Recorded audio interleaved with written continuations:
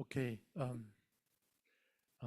Thank you for the introduction, and thank you for inviting me to this very important international forum. And I feel highly honored to be here. Thank you so much. So my topic will be Learning and Career Support Program for Children with a Migrant Background in Korea. You see the table of contents. I'll talk about the current situation of migrants and their families in Korea, and then I will elaborate on the current situation of the children with migrant background, and we specifically use this term, multicultural children. This multicultural will be abbreviated as MC, and then I will look at the educational support system for these children, and then we have specific programs tailored for these kids. For example, a youth after-school academy, and also I will talk about the sport program for multicultural youth career development.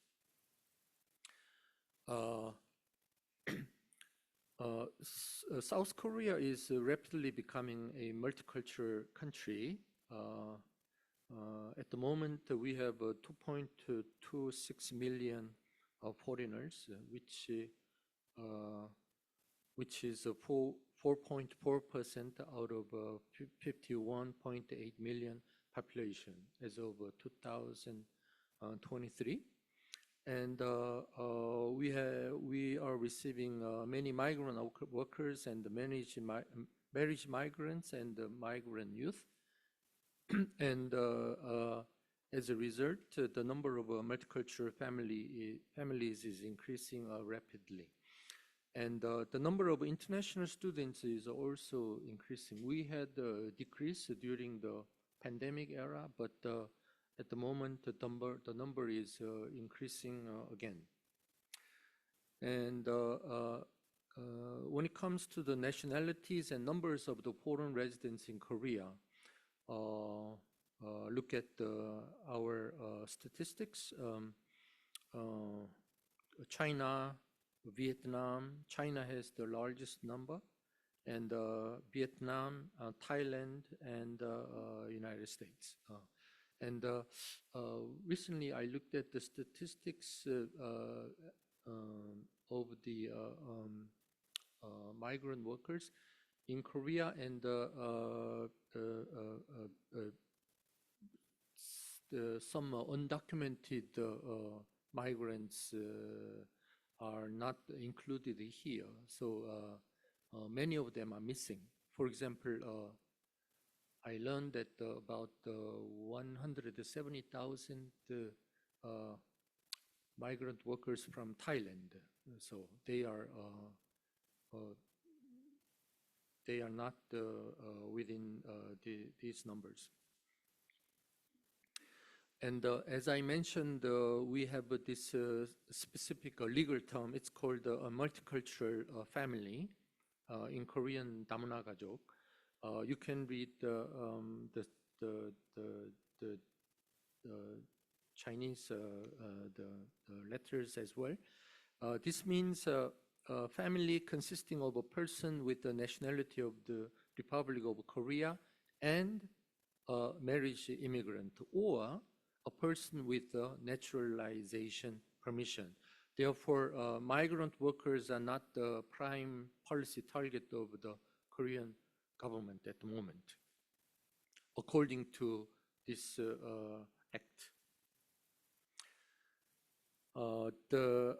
Right now, Korean population is shrinking very fast.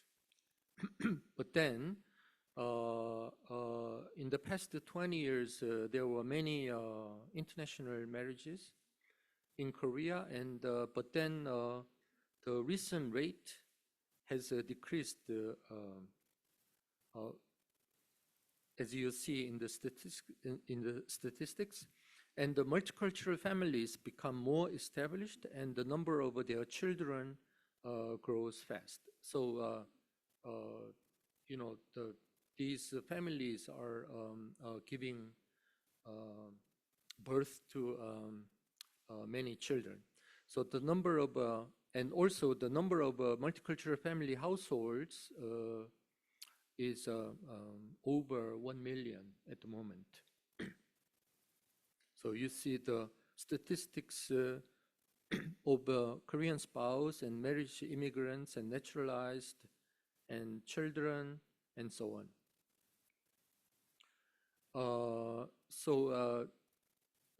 Korea has a long history of homogeneity, as you know, and Korea can find it particularly difficult to adapt to a multicultural society of the future. And there was also criticism on this. And multiculturalism in Korea has been a state-led, top-down response to the political and economic changes of the global environment. However, Korea has been showing some improvements in transforming itself into a multicultural society. We will see what's happening. So at the moment, if we look at the current situation of the multicultural children, we are witnessing the increase of the multicultural children with the school age, as I explained. And this number is growing rapidly as multicultural families become more established. And second, the number of children aged 7 to 18.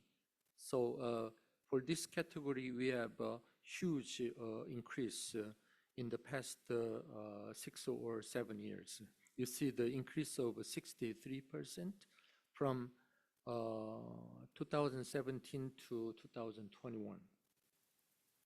And here, we can see the number distribution of multicultural children by country of origin. So you see the total numbers changing from 2018 to 2020. And the largest group is ethnic Korean Chinese, and the second group is Chinese and the Vietnamese and the Filipino and so on. Okay. We also have many children having Japanese origin. And as I explained, we are witnessing increase of multicultural children compared to the Korean native ones. And also, as pointed out by the previous presentations, we are also witnessing maladjustment to school and the increase of the learning support needs among these children. And also we are witnessing widening of education disparity in terms of secondary and higher education. So it's very hard to for these kids to get into higher education. So when it comes to educational support system, we need to enhance the learning capabilities of school-age multicultural children. And Korea is distributing teaching and learning materials for multicultural children and strengthen the support system at the kindergarten stage to eliminate the gap in school preparation through monitoring activities. And also, we need to support the entire process of entering public education, including admission, transfer, policy school, and the registration creation through offices of education and local MC education support centers. So big cities and the provinces have multicultural education support centers. And we need to also, we strengthen guidance on school systems and school life to multicultural parents and expand opportunities for consultation regarding their children's education. And multilingual interpretation support is also very important. So This includes school notices and the home communications to multicultural parents, and preparatory education tailored to the characteristics of learners during elementary school entrance and transition to school level. This is also important. Of course, when it comes to strengthening Korean language education, multiple ministries are involved for this effort, and representatively, I can speak of Ministry of Gender Equality and Family and the Ministry of Education. So on the Ministry of Gender Equality and Family side, they expand the Korean language classes for intensive Korean language education and on-site Korean language education. And then on the Ministry of Education side, they strengthen Korean language education in schools, including implementation of various supporting measures. And as you see in the statistics, these specific classes are being expanded.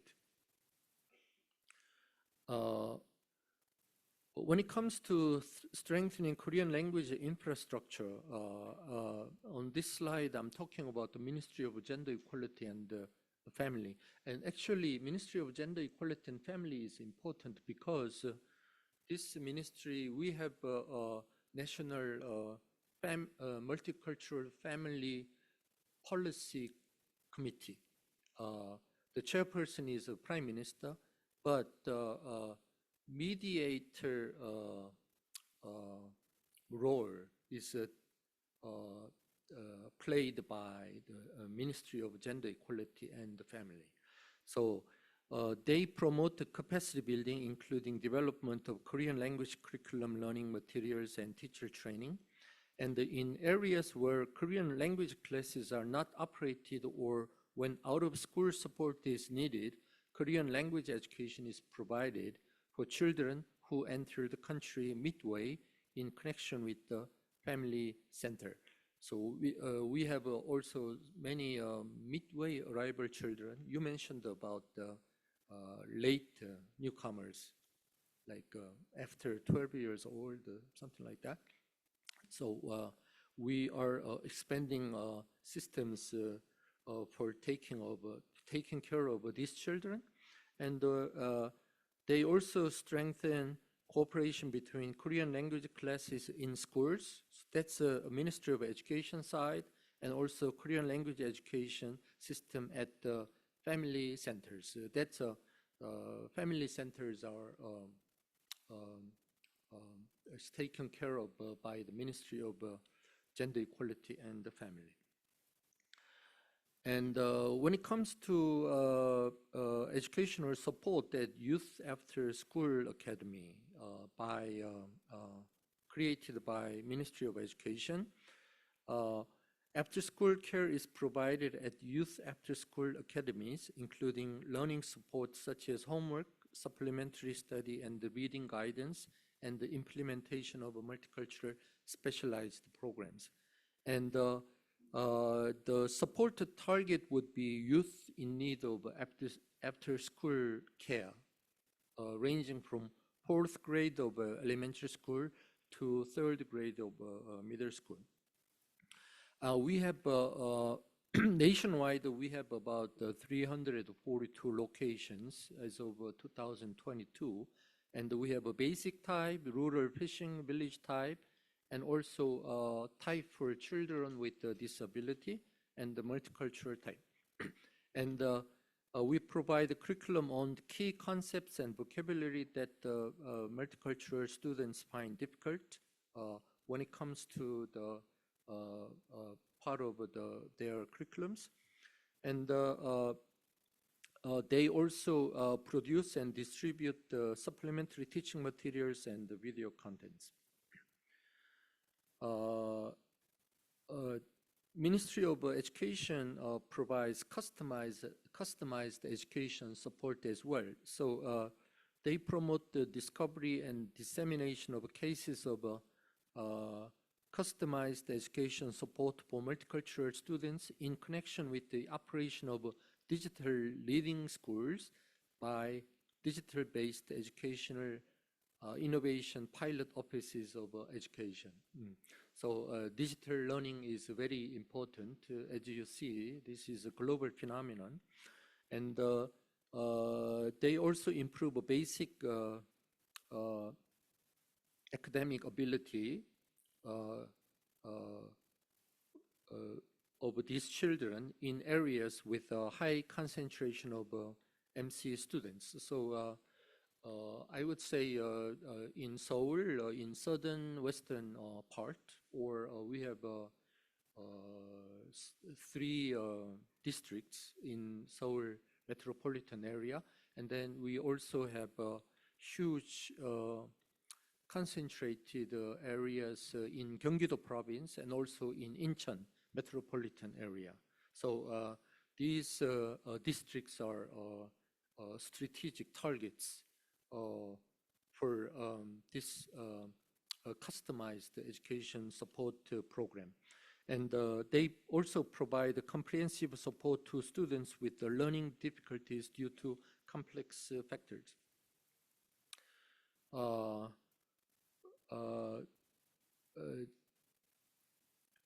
When it comes to the special education internationalization zone, of course, this is the area where Ministry of Education is involved.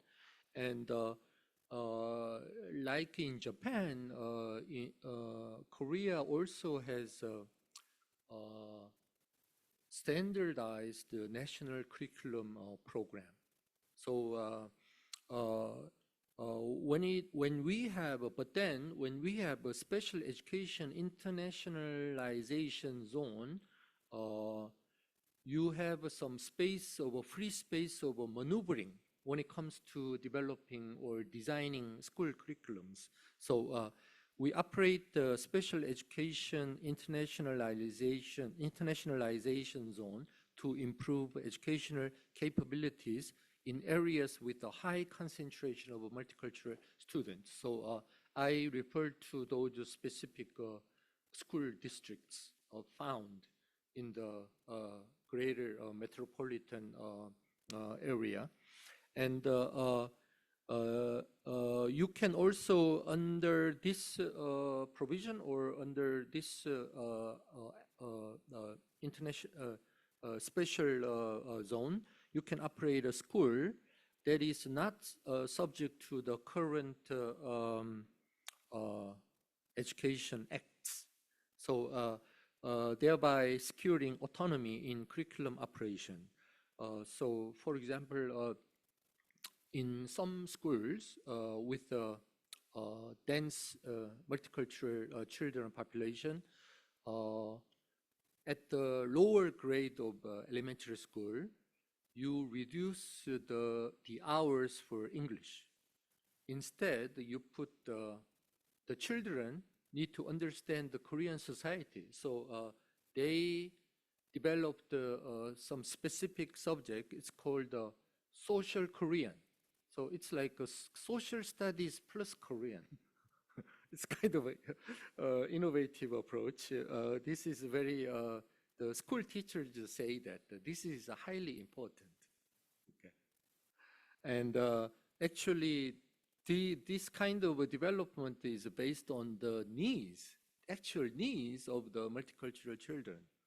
And they also promote the construction of we also need to promote the construction of comprehensive statistics on youth with migrant backgrounds through Statistics Korea and other related ministries. So when it comes to the Rainbow School, this is called the Rainbow School, and it is operated by it's called a Foundation for Children with a Migrant Background. And the Ministry of Gender Equality and Family is responsible for this system. And Rainbow School provides counseling, Korean language education, career education, and social adaptation programs, and so on.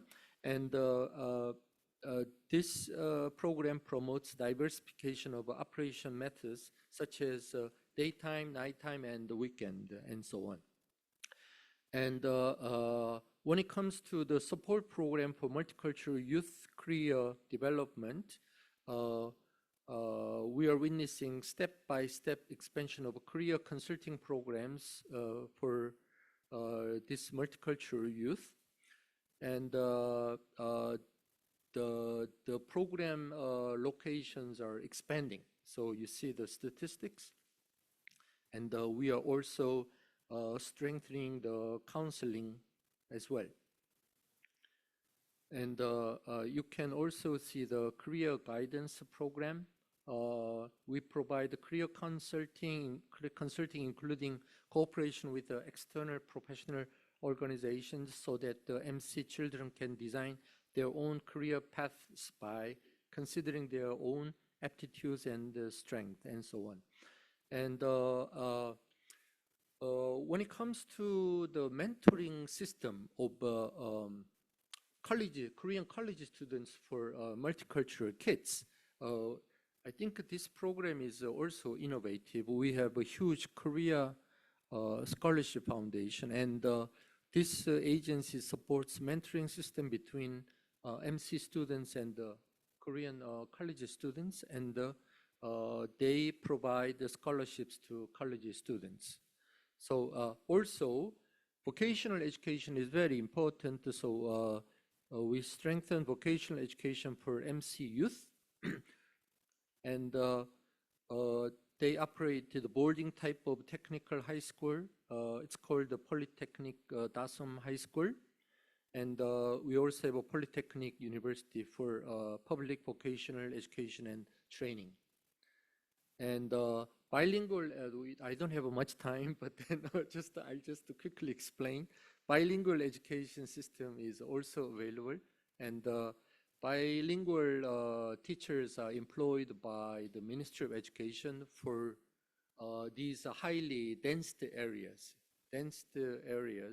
with children with a migrant background.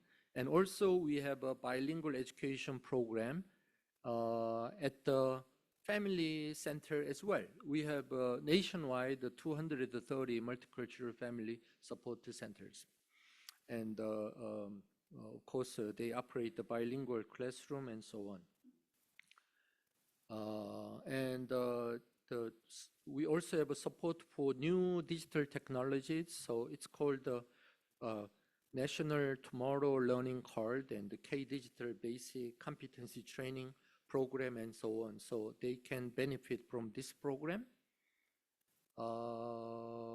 And we have various technology courses and job conversions courses and so on. And they are all supported by government. So this is it. Thank you so much.